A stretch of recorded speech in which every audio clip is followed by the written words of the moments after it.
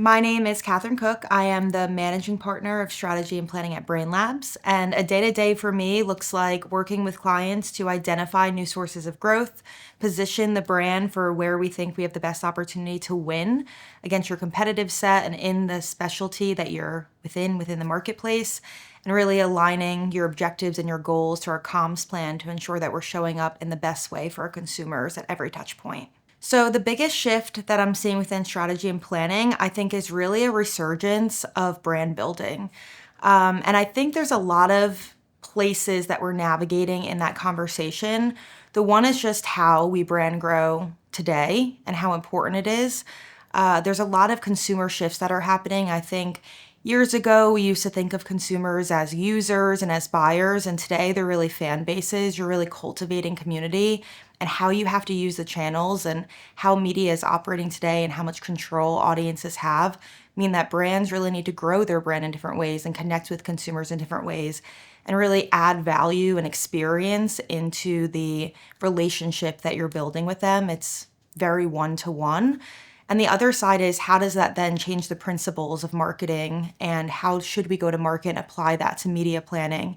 That I think there's a lot of changes there, and media stacking and how we navigate fragmentation and the types of channels we should be playing in and when we should be playing in them and how, and platform relevance, that are all budding conversations that have made the space really interesting, but also have taken a lot more brain power to kind of understand, and data-led strategy to infiltrate that space to drive real success. Cool. So as a strategist and planner, I think there's so many trends in the ecosystem of media that I get so excited about. But I will say one trend that I think is most interesting to me has really been podcasts. I think the idea of sonic and audio is so undervalued right now, and it's a platform and a space that is just rapidly growing with consumers. Not only are we seeing listenership grow dramatically in the podcast space, but it's diversifying with video starting to take more frontal space within the total ecosystem. And there's so much brands can do. And on top of that, in the audio space, we get a lot of questions around people, sign up for Spotify Premium. They easily skip ads. It might not be the right environment.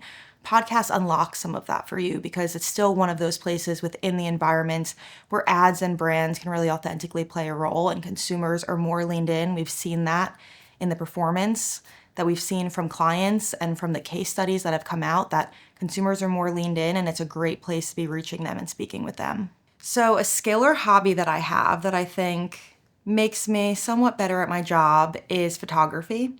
I will never call myself a professional photographer. I'm very amateur. But I think what I love about it is the creativity aspect to it and the storytelling. When you're out, even if you're just taking a picture of a landscape, or my personal favorite's my dog, you have to kind of set the scene. You have to build a story in your head of what's happening and why it's the best picture to take.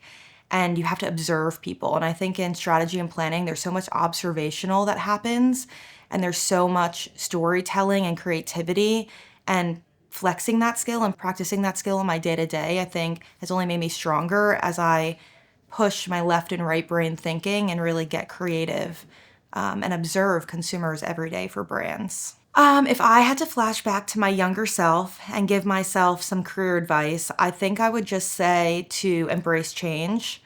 The world is always changing, but especially in media and marketing advertising, change is happening every single day.